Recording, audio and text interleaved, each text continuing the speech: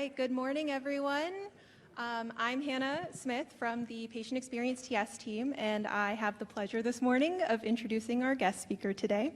Katya is a cancer survivor and a national patient advocate, so very excited to have her speak and share her story with us. Thanks.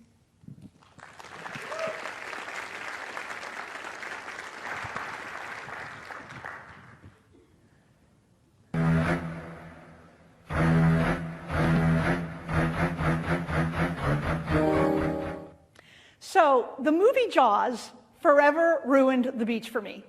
That's the soundtrack I hear whenever I get near any body of water. And it did such a number on me that I frankly don't even need to be in an ocean to be afraid. Like, I can truly get myself afraid of sharks in a swimming pool or a bathtub. And thanks to the movie Sharknado, it turns out that you don't even have to be near water to be afraid of sharks. Although I think even the most shark-phobic among us draw the line at sharks actually falling from the sky. So this is a phobia I had ever since I saw the movie Jaws as a little girl. It was one of two phobias. The other phobia I had was the big C. Because I grew up at a time where when someone had cancer, you whispered it. You didn't say, oh, did you hear about it? You'd be like, she has cancer. And the reason you whispered it is because essentially you were saying that that person was dying.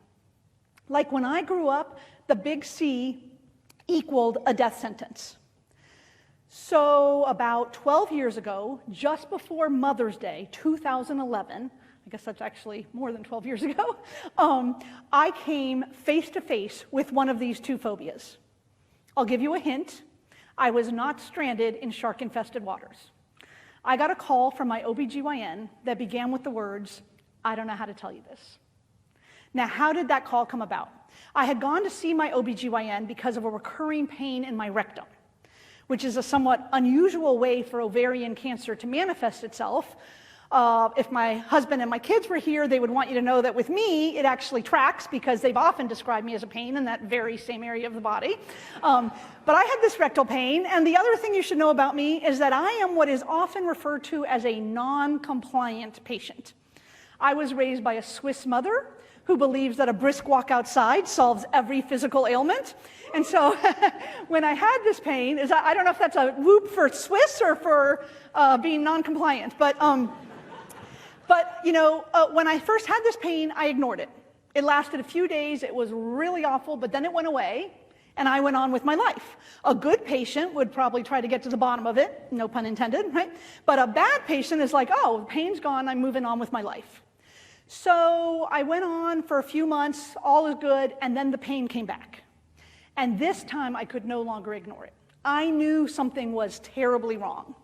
And so I called my OBGYN because when you're a 46-year-old non-compliant woman, that's your primary, right? That was the only doctor with whom I had any kind of ongoing relationship. And the good news about being a bad patient is that when you call, they take it seriously. He was like, wait, I usually have to hunt you down for your pap smear, but you want to come in?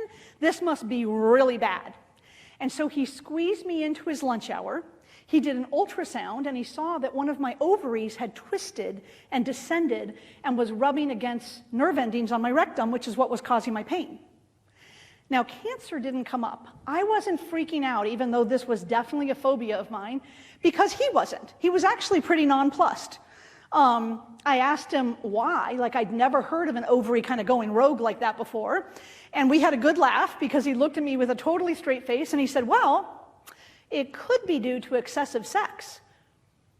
I asked him what was behind door number 2. I told him my husband would be astonished to learn that that's what was going on with us, right? I had 3 teenage kids. I'd been married almost 20 years. I was 46 years old. Suffice it to say, I was very confident that was not the culprit. And he was like, look, don't worry about it. You've had your 3 kids. We can remove it laparoscopically in an outpatient procedure. And so that's what he did the very next day. And even then, when he was no longer looking through a fuzzy diagnostic image, but was actually holding my ovary in his hand, it didn't look diseased, it didn't look enlarged. And I do want to kind of give a shout out now to my cancer, ovarian cancer, which is known as the silent killer for this very reason. Often, by the time symptoms show up, it's often too far along, right? By the time either women recognize it or their medical professionals do. I remember running in a race for ovarian cancer shortly after I was diagnosed, and the route of the race was lined with placards that warned women about the symptoms. So you'd be running along, and every 5 or 10 feet it would say, are you bloated? Are you fatigued? Do you have frequent urination? Are you constipated? And I just remember running along going, wow, every woman here either has ovarian cancer or is going home convinced she has ovarian cancer. Because I don't know too many women who don't have some of those symptoms. And so we tend to ignore them until it's too late. But I had 2 strokes of good luck. The first was that my butt sounded the alarm and saved my life. And the second was that we live in a country where when a body part is removed, it gets sent off for analysis. So I left my home in Charlotte, North Carolina, and I went off to a conference in Philadelphia thinking, that was weird, I'm now 1 ovary down, but whatever, I'm moving on. And my ovary also went off on a trip. And it went off to the pathologist. And that's where cancer came up. So I got that call that began with the words, I don't know how to tell you this. And that call served as the demarcation between life as I knew it and everything that followed. That call instantly thrust me into a new normal of just this dizzying array of needle pricks and surgeries and hair loss, and had me kind of suddenly and inexplicably wondering if every family milestone I enjoyed would be my last. Now, I'm going to pause here to have the first of a few times where I'm going to throw out what I'm calling the epic takeaways. And that's basically my take as a patient advocate on ways that EPIC, which has such an important role in this space, can have even more impact on the patient experience. And when a patient gets a call like that, it is terrifying and it is overwhelming. And I think that there are ways that the kind of EMR can help a patient along in the journey, because there's so much to take in. And if the patient experience folks can work with their local counterparts to have kind of like resources and local support groups and tabs that lead us down the good path of information that's available to us on the web versus kind of the, Dr. Google, I found out, was not my friend. It was terrifying. I remember just slamming my laptop shut because I was looking for some kind of guarantee on how I could see my kids, who were 11, 15, and 17 at the time, into adulthood. And there was nothing encouraging about that. It was all about how to maybe add a few months on to making it to the 5-year mark. So I think anything that maybe could have just directed me into the good things that are available to me, the right kind of information, the way that I could have found resources and supports locally that can be linked as tabs or pop-ups on my chart, I think would be immensely helpful and a great way to help patients in this really overwhelming time. Now, in that call where he told me basically that I had ovarian cancer, my OBGYN also told me that he was going to have to hand me off to a gynecological oncologist, that he had taken the one ovary out, and now he was going to need, I was going to need, months of chemo in addition to a full hysterectomy to take everything else out. And the pathology had also shown that it was a very fast-moving cancer, so I needed to get right in with someone. So he said, look, I've already vetted the top gyn-oncs in town. This guy, you're going to love him. He's going to be your new BFF. You guys have the same sense of humor. You're going to invite him to your annual dessert party, but he does not do the surgery laparoscopically. This guy is on every board you can imagine. He's a renowned expert on women's cancers, but he's got the personality of a tree stump. So I was like, I'm good on the friend front. I have enough friends. I'm going to go with Dr. Tree Stump. So my husband and I go in to meet with Dr. Tree Stump. And we're terrified. We're trying to figure out how and when we're going to tell the kids. We're trying to figure out how I can possibly tolerate this chemo that's guaranteed to make you nauseated when I can't even look at a Ferris wheel without getting sick to my stomach. And in he walks, and true to his tree stump reputation, he walks in the room, and before he has even said hello or shaken my hand, he walks in the room and he goes, "Are you Jewish?" And I was like, are you not gonna treat me? I had no context for this question. And in my mind, I'm formulating my answer of like, well, I wasn't raised Jewish, but I know a good bagel and lox when I see one. I married a Jew. The kids are a work in progress. They've had their bar and bat mitzvahs. Now it turns out there's Hebrew high. It's actually a big source of stress in our marriage. He didn't want to know any of that, right? He wanted to know, are you of Eastern European Ashkenazi Jewish lineage? And why did he want to know that?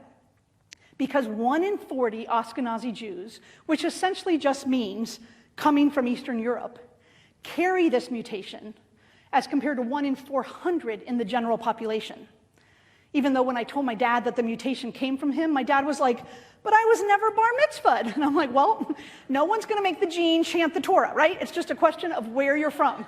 Now, why did he think it was likely that I had this genetic mutation? Because I had 2 other red flags before he's even examined me or talked to me. One was that I had ovarian cancer. Ovarian cancer is a rare cancer like male breast cancer, triple negative breast cancer, pancreatic cancer, that warrants testing in and of itself. It's thought now that just shy of a quarter of all ovarian cancers comes from a genetic mutation, which is why all medical societies agree that 100% of ovarian cancer patients and anyone who has a first or second degree relative of an ovarian cancer patient warrants testing. No other grounds need to be met.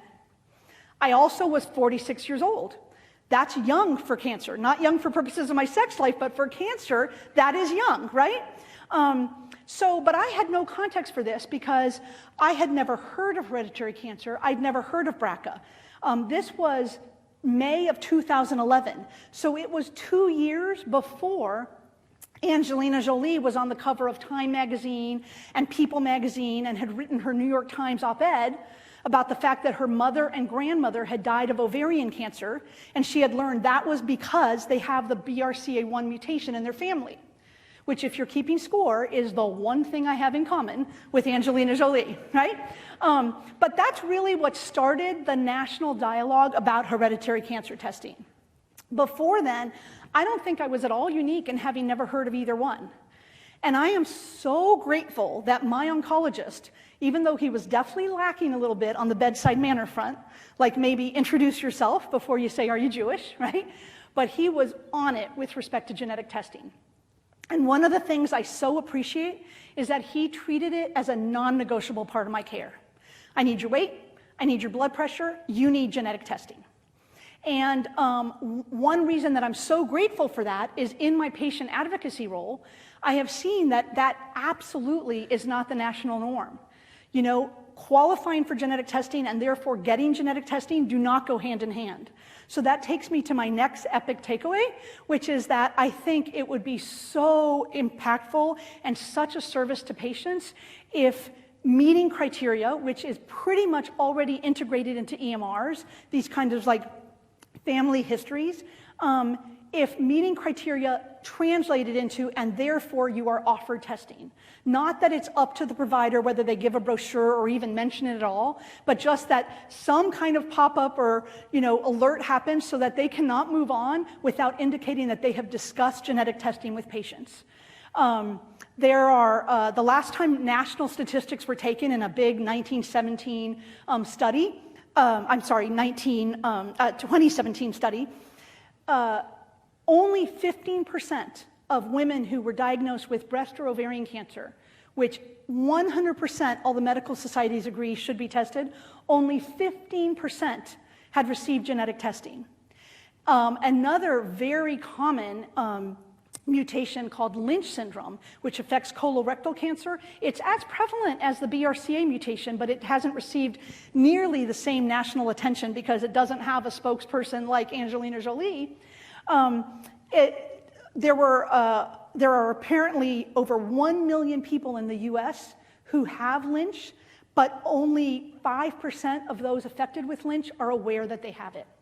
So you can see that there is a lot of ground to make up here, and I think that the EMR and the role that Epic has in the medical field could play a huge role in bridging that gap. So when someone is given a catastrophic diagnosis like cancer, I think it's pretty natural that we kind of go to something to process it, some way to kind of get, whole with it. And, if you're someone who loves the outdoors, you might tend to go hiking. If you're someone who is an artist, you might, paint your way through it. For me, I am a writer. I was a writer, and so writing was a really cathartic and organic way to process everything I was going through. I began by just writing emails that I called Ovarian Odyssey that I would send to family and friends near and far to just kind of let them know what was going on with me. I also at the time was a columnist for the Charlotte Observer. And so I ended up writing about 25 different articles chronicling what I was going through, the people I met along the way. And ultimately, I put everything into 2 books. The first is a memoir that I called But I Just Grew Out My Bangs, a cancer memoir, because I wanted it to be clear from the title that this is not a tale of woe, but ultimately an uplifting tale about some of the surprising upsides of having cancer.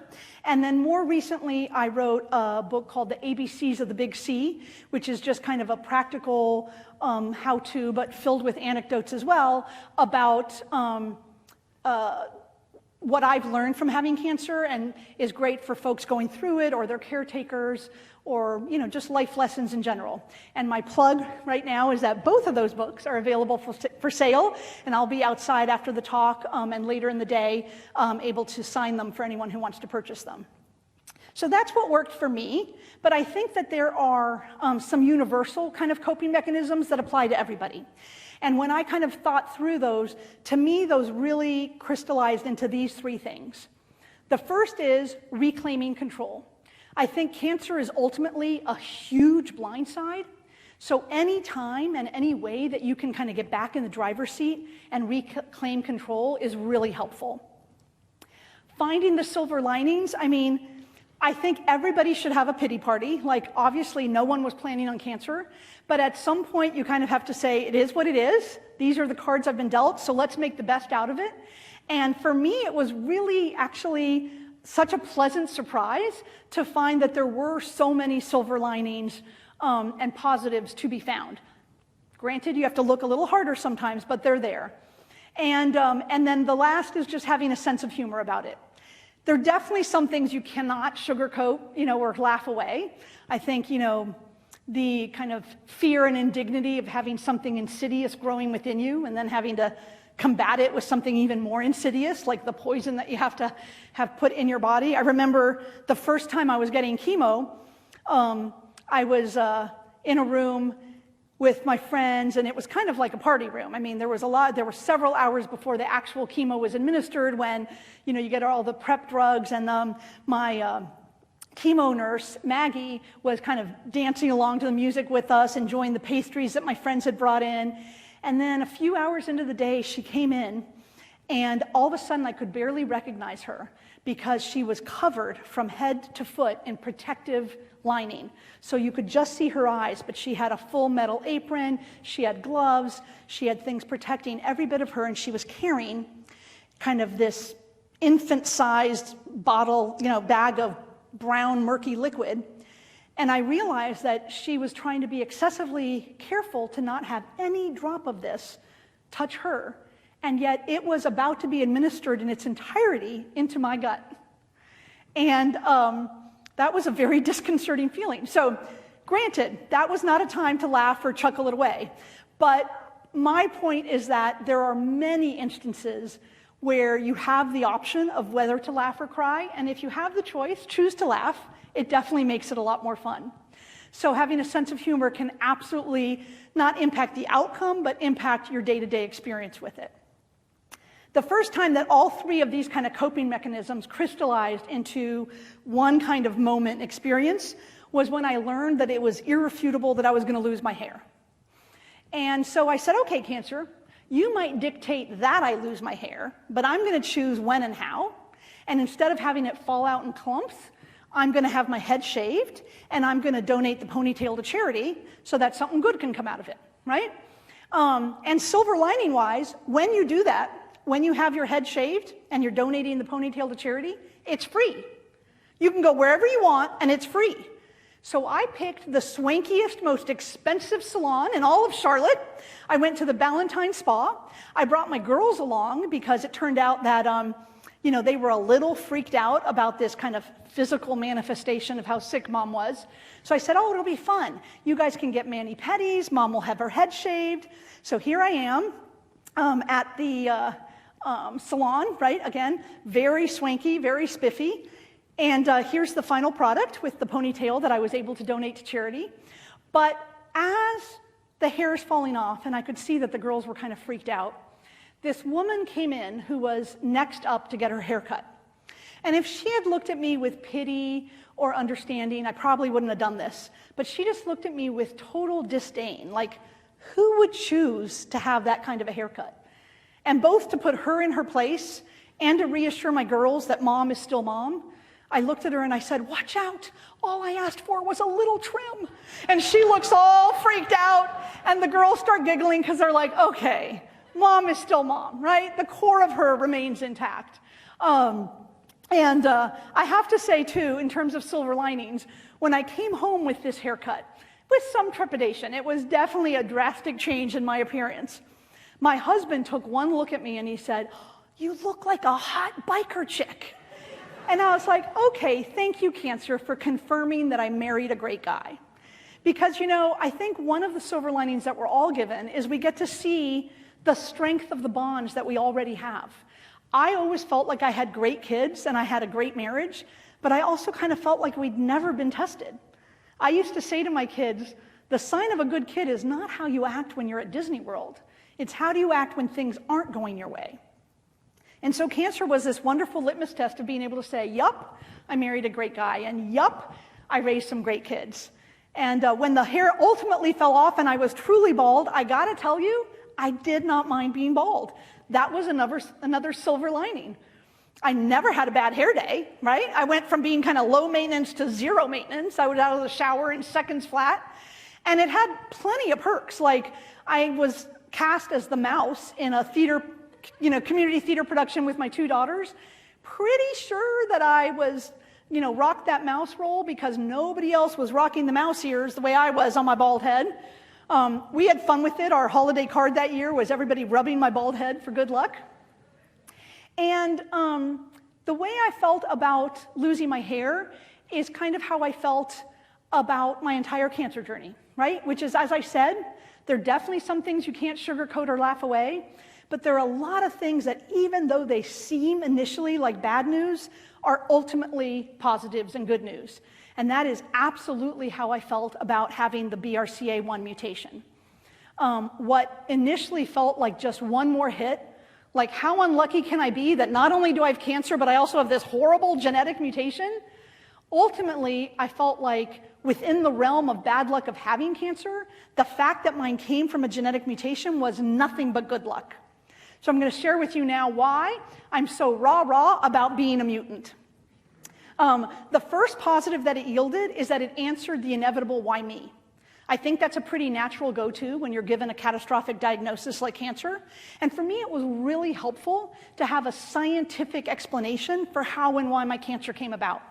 That it wasn't just bad luck, or that the universe was out to get me, or as my mom thought, my Diet Coke consumption, but that there was actually a scientific reason for how and why my cancer came about. And as much as that helped me emotionally, it was also definitely helpful to my medical team. Knowing the source of my cancer allowed them to better treat it. It turns out that you fare better with both the chemo that I was on, which was Taxol and cisplatin, and the way that chemo was administered, which was directly to the affected area through a peritoneal port in my abdomen because of the mutation. I don't really get the science behind it, so don't push me too hard on this, but the way it was dumbed down for me is that the mutation is a breakdown in the repair pathway, so the cells can't repair themselves as well when they're blasted with chemotherapy. I didn't really care why. I just cared that. It allowed me to withstand everything that was done to me, knowing that it wasn't just buying me a little extra time, but that because of my mutation, I could beat this thing. I think hope is probably the most crucial piece of the puzzle in cancer care. And anything you can do that gives a patient hope is so impactful.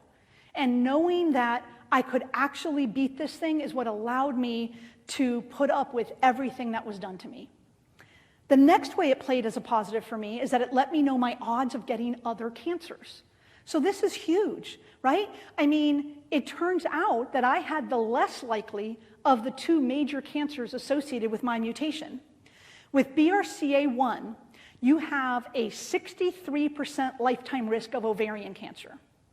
Think about that. Those are huge numbers for a cancer where we still don't have a great means of detecting it and where the general population risk is under 4%.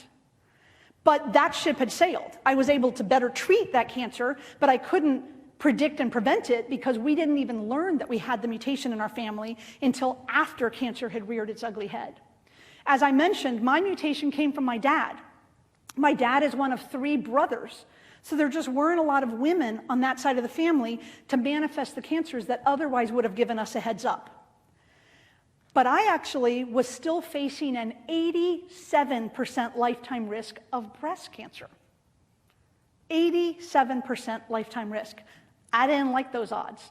I don't know any woman who's going to look at those numbers and say, I'm good, I'm going to take my chances. But certainly not after you've lost the cancer lottery. I was like, get them off, get them off. I know it's an agonizing decision for some women. I'm here to tell you, for me, it was an absolute no-brainer. I had large breasts. I had breastfed my 3 kids. They were a big part of my identity, but I was like, now you might try to kill me. Bye-bye. I actually have a shirt I wear during the month of October for breast cancer awareness that says, yes, these are fake. My real ones tried to kill me. That pretty much sums it up. So I elected to have a prophylactic double mastectomy. I had what's called a deep surgery, where they use the fat from your stomach to make your new breasts. Because again, remember my whole thing about finding your silver linings? I was like, let's go back to that free tummy tuck option, please. I actually offered to make breasts for other women too, but they didn't go for it. Now, I learned about all the options for taking your breasts off, for putting them back on, during a monthly breast cancer reconstruction symposium that my hospital puts on. And that, by the way, is an example of one of the links that could be provided to patients when they first get this kind of news, so that they don't miss out on some of these opportunities. And at this symposium, I learned about all the options for taking your breasts off, for putting them back on. Who knew, right? There are nipple decisions to be made, right? You can have nipples surgically attached. You can have 3D tattoos. And in our family, this was a dinner table conversation. So we're talking about the various nipple options. And my youngest daughter, Eliza, who was 11 at the time, said, well, does it have to be a nipple that you have tattooed? So I said, oh, well, what do you have in mind? She's like, well, I was thinking like a big purple flower. So I said, oh, okay, I'll take that under advisement. And then Hannah, who was 15 at the time, was like, no, no, no. I know what you should have tattooed on your breast. And this is when you know that your 15-year-old is not overly traumatized by her mom's impending double mastectomy. This is what Hannah scribbled on a napkin.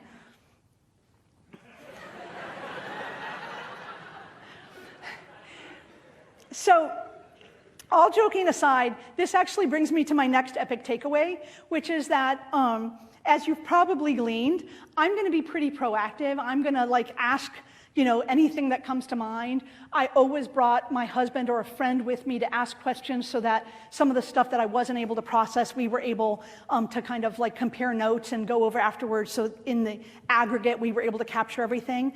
But I think there are a lot of patients who get left out in the equation, who either because of a language barrier, socioeconomically feel completely intimidated, or culturally by the people in the white coats and feel like they can't question or contradict something, or just because of how overwhelming and scary this whole process is, it's not a space in which they can ask questions. They're just doing everything they can just to take it all in.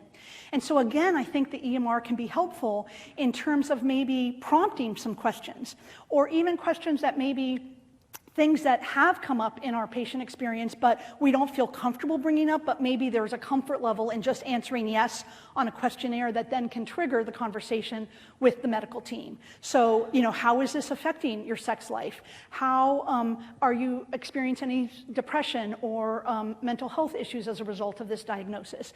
Things that I think maybe having pop-up questions or even things that are generated by the medical team, but then are populated in EMR and are then used as a means of directing the next appointment or setting up appointments that are necessary based on answers to those questions, I think could be really, really helpful. So I have the hysterectomy. I have the 5 months of chemotherapy. I have the prophylactic double mastectomy, and all of this happened prior to the end of 2011, mainly because I had already met the catastrophic cap for my insurance, and I just wanted to kind of also just get everything taken care of so I could start 2012 afresh. I felt like I had pretty much paid my dues, and now I was good to go. I was cancer-free. And I then had an infection that almost killed me, so that took care of, and a few other complications, so that was the next year. So then I was like, okay, now I'm good. Now I've truly put all this behind me. And I would go in every 3 months for a check of my CA-125. For those of you who aren't familiar with it, it is a protein in the blood that is tracked. It's not a marker in the blood, I should say. It's not a perfect prognosticator. Some people have a high CA-125 and they don't have ovarian cancer. Some people have a low CA-125 and they do. But for me, my CA-125 was taken for the first time when I was sick with ovarian cancer, and it was 1,400. It was then taken again when I was all done with chemo and everything, and it was 7. So the normal range is no higher than 25 or 30. So with me, they decided that's a good prognosticator, and we're going to track your CA-125. So I would go in every 3 months and have it read. And for a long time, it was stable, and then it kind of got to 14, and then it was 28. It was still under the 30 threshold, but no one was happy with the fact that it was moving. When I was just shy of making it to the 2-year mark of being cancer-free, and when I tell you just shy, we had ordered celebratory balloons, my CA-125 got into the hundreds. So I was in this horrible limbo state where it was kind of irrefutable that my cancer was back, but we couldn't find it. I had a series of CAT scans, nothing, and then a PET scan showed a lesion on my spleen. So I was told that I needed a splenectomy. I'm like, okay, I'm running out of body parts to remove, but okay, take my spleen. And I was also told that it was likely that I would need more chemo. The chemo regimen for a recurrence of ovarian cancer is what's called a PARP inhibitor. PARP inhibitors were not FDA approved at the time. So I was going to have to undergo the logistical, financial, and emotional upheaval of being treated in a clinical trial away from home. And I'm here to tell you the only thing worse than hearing you have cancer is hearing you have cancer again. And the only thing worse than that is hearing, and you have to leave home to be treated. Luckily, the surgery took care of all visible signs of the cancer, and I didn't need that chemo. But now PARP inhibitors are FDA approved. And they're FDA approved because of the partnering diagnostic tool that is the genetic testing, the MyRisk testing that was done for me. So again, that is why I'm so passionate about moving this conversation forward as far as genetic testing, because I'm truly convinced that a lot of the advances that have been made, these personalized targeted therapies, stem from knowing the source of the cancer. So I'm happy to report that I was able to see my 3 kiddos into adulthood. This was taken about 4 years ago. It was actually at a sad occasion. I don't know if you can see on Eliza in the middle there, my youngest daughter, but there's a program on her lap. This was taken at my father's memorial service. We lost my dad very suddenly and unexpectedly.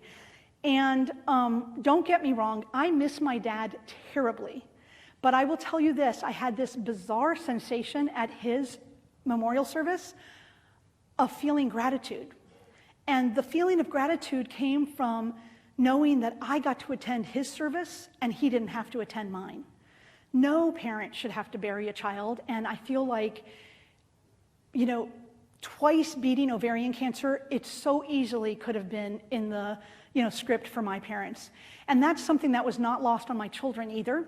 My youngest daughter, Eliza, when she went to college, she was watching Grey's Anatomy with a friend, and there was a character who had died of ovarian cancer.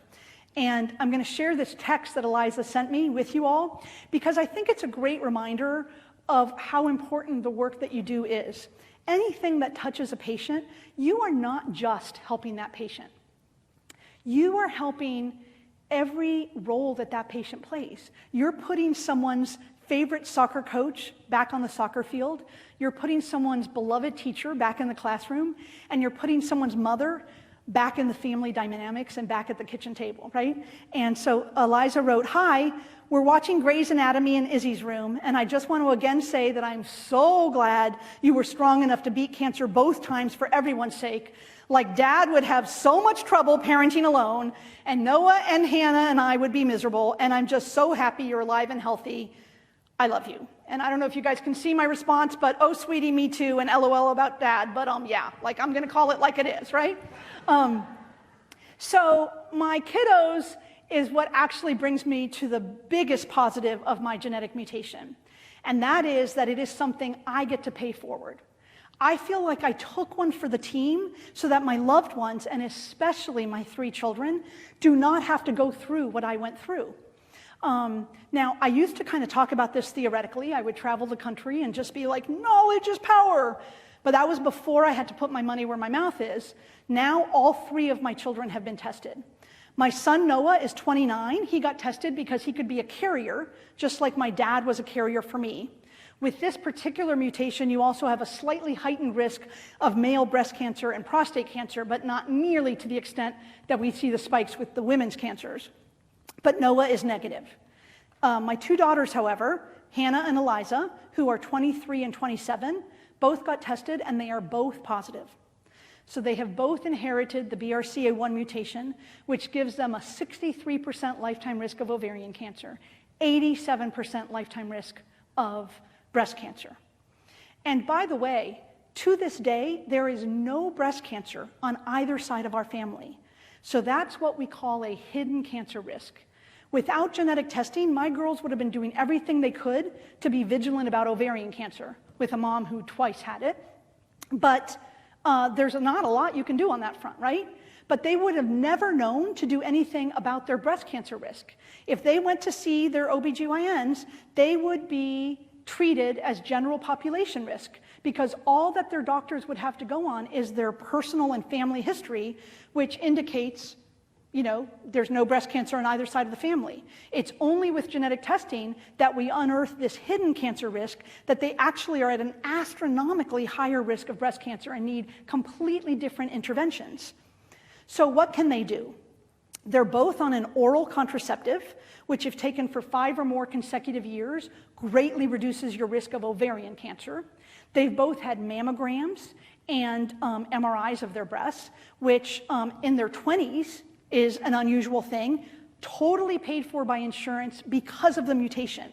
And that, by the way, is another gift of genetic testing. My double mastectomy, which ended up costing $96,000, I paid not 1 penny because of my mutation. The mutation quantifies the risk and speaks the language that the insurance companies can understand. With my girls, the insurance companies would much rather pay to prevent cancer than pay to treat them for cancer. And it's not just that they and their doctors are like, oh, it's actually likely that they're gonna be at risk for this cancer. It's scientifically, irrefutably written into their medical records because of this mutation.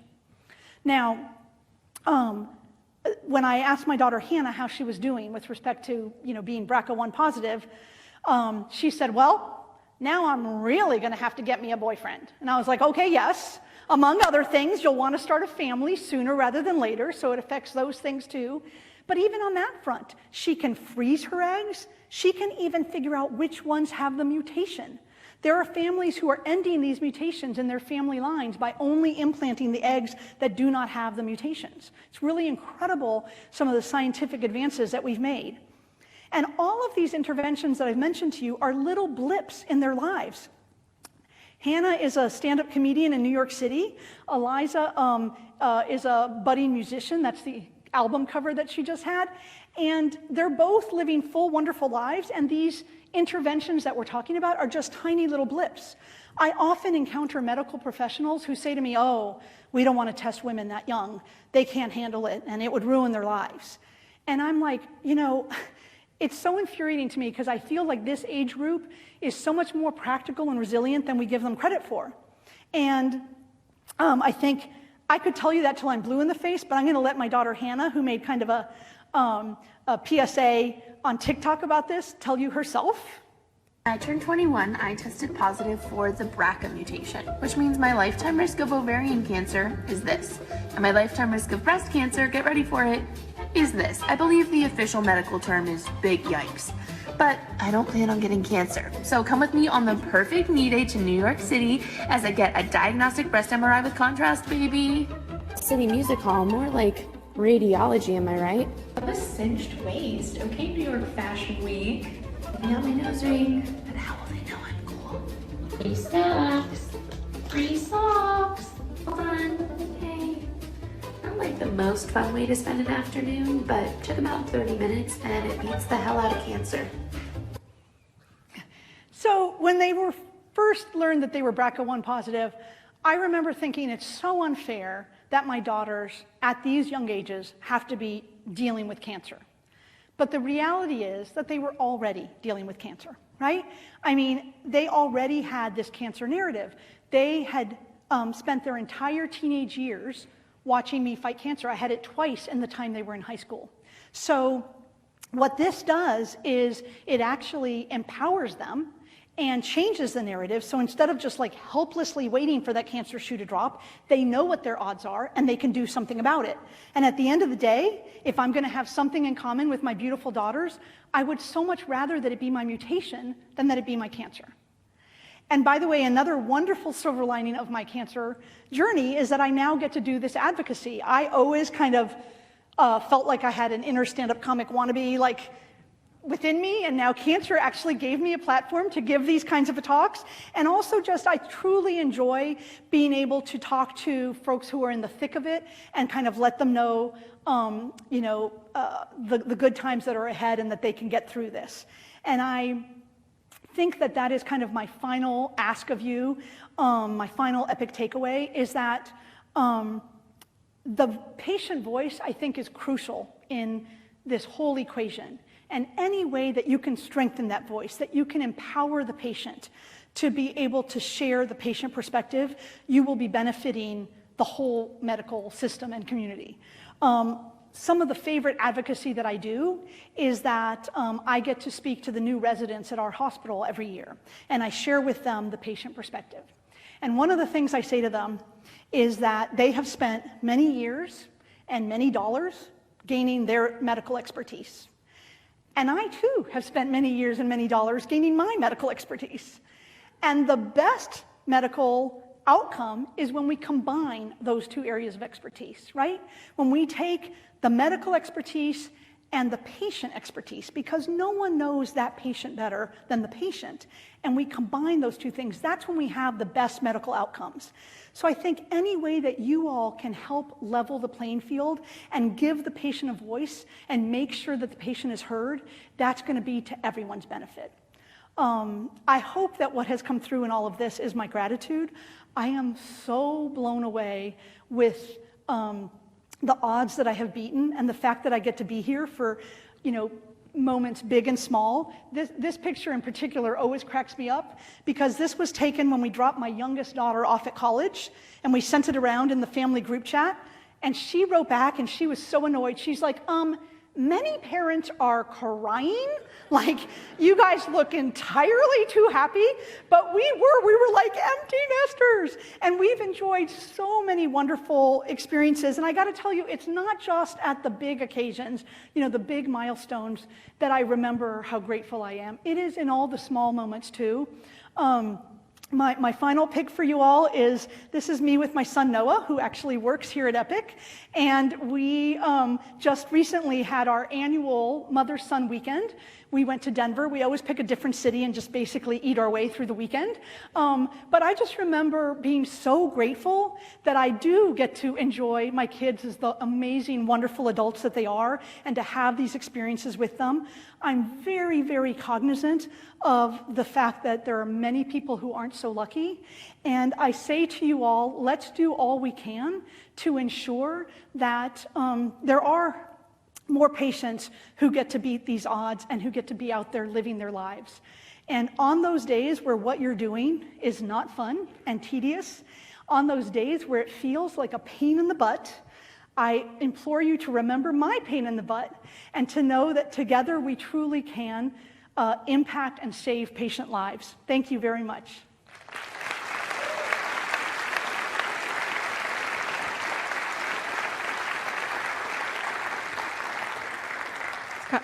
Thanks, Katya.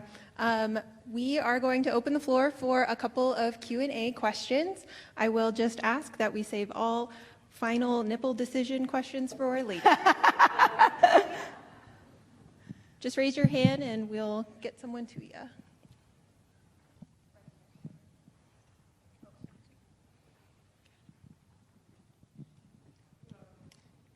It's on the bottom.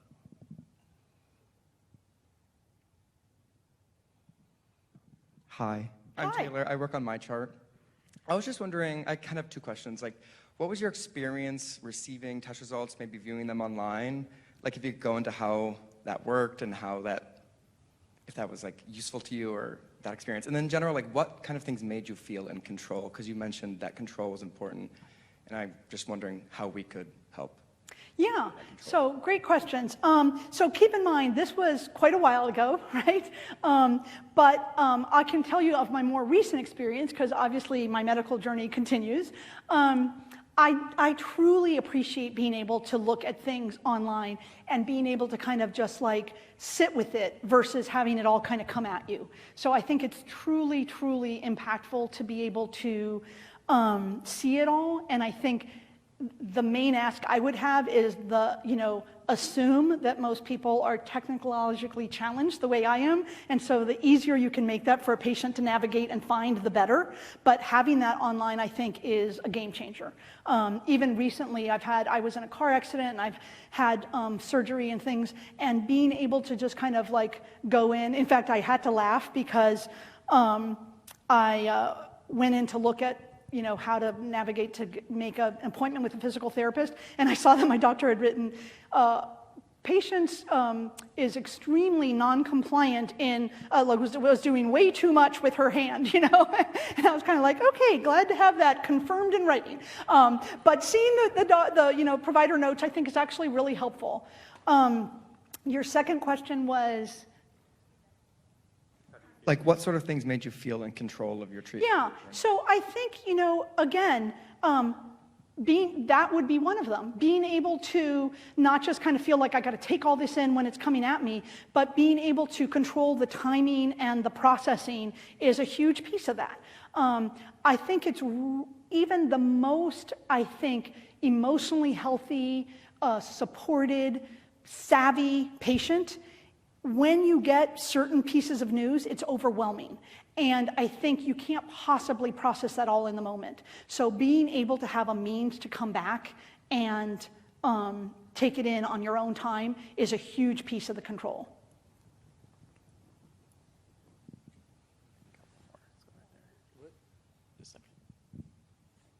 I guess. Go on right here. Yeah, you can go. Hi, I work on research, and I was wondering if you had some more information about like what it was like doing the clinical trial part. Like, did you have to stay at that hospital? How was the communication with the principal investigators or researchers? Like, what did you know from that? So I think I glossed over that too quickly. I actually did not have to participate in the clinical trial because they were able to remove all visible signs of the cancer through the surgery. But I think that clinical trials, obviously are huge and key. For me, it wasn't a good fit because I needed flexibility. The summer that I was diagnosed was the summer that we were taking Noah on college visits, and I was not going to miss that rite of passage. And if I had been in a clinical trial, it's very regimented, and I would not have been able to go away when I wanted to go away. I also had to go to the National Scrabble Championship that summer, and that was another thing I was not willing to miss. And so my team was able to, my emotional and kind of mental health piece of it was, I think, key, and for me, being able to maintain as much of my normal life as possible. So my doctor and I together concluded that a clinical trial was not a good fit for me, but I'm a huge, huge proponent of them. And I'm actually on an advisory board right now with a group out of Vanderbilt who's trying to come up with a way to, I'm going to botch how I phrase this, but get at some of the information that can be gleaned from clinical trials without some of the cumbersome and time-consuming components of clinical trials. So having some randomized things that happen with patients where it doesn't affect the outcome but gives us some great information that would otherwise take years and lots of logistics. But the research piece of it, I got to tell you, I kind of, there's not a big scientist in me, but I am very grateful that they are out there, and I think a lot of the progress that has been made is because of them. Hi, I'm Carolyn. I work in ambulatory and, and I'm a member of our palliative care board as well. With that in mind, you talked a lot about silver linings. I'm kind of curious how you think those silver linings could be implemented in the patient experience with also respect for kind of the fear and maybe grief that comes with not as good of a prognosis, or even with a good one. Yeah. Well, can we also just have a moment that the one person I couldn't find was with the Where's Waldo? I find that a little amusing. So I think it's funny. I struggle with that too when I do a lot of talks to patient groups, and I think it's borderline obnoxious and sometimes insensitive to be telling folks who maybe have been told, I was never told, this is your prognosis and, there's not a lot we can do for you. It was always, we're going to beat you up, but you can beat this thing. And I think it's an entirely different scenario when hope is a little harder to come by. I'm madly respectful of people who make the most of their days when they are numbered. I want to just be really clear that that was not me. And the other point that I want to make is that a lot of people say to me, oh, you did so well because of your attitude. You had such a great attitude. And I think a good attitude helps you in the day-to-day. It does not change the outcome. And I don't like the converse of that. If we play that out, it doesn't mean that my neighbor Kay, who died of lung cancer, died because she didn't have a good attitude, right? So I think that only takes you so far. But I think support groups, encouraging caretakers, finding ways to support and build up the caretakers, because they get really depleted and they can be a key partner in helping along those lines. One of the concrete things I did at my hospital was I noticed that sometimes when I would go into chemo, and I had friends, and family who were kind of fighting over themselves to be my chemo buddy, and my husband one time was like, I was told I can't come in today because your schedule's already full, and I would like to have lunch with my wife, And so I started a chemo buddy program for some of those patients who appeared to be alone and had either were just dropped off or had, nobody with them. And so that they could sign up to have somebody sit with them. And we made it really clear in the training for the chemo buddy program that it was up to the patient to initiate conversation, that maybe they just wanted someone sitting with them, but if they wanted or help with rides and some of the practical things that I think can really weigh you down, because it's enough to just be dealing with the cancer. And so I think links to resources that can help with gas money, with some of these philanthropic efforts that help with rides and support and housing for loved ones who come in for your final months, that kind of thing could be extremely helpful, just like logistical, practical help. And then I do think I've done some things online where I've given kind of encouraging positive talks, and I think if I had been able to access and find those in the thick of it would have been really helpful versus the dark hole that I went down. So I think helping them navigate the web and Google so that it is their friend and not adding to their burden could also be really helpful. One more question in the back.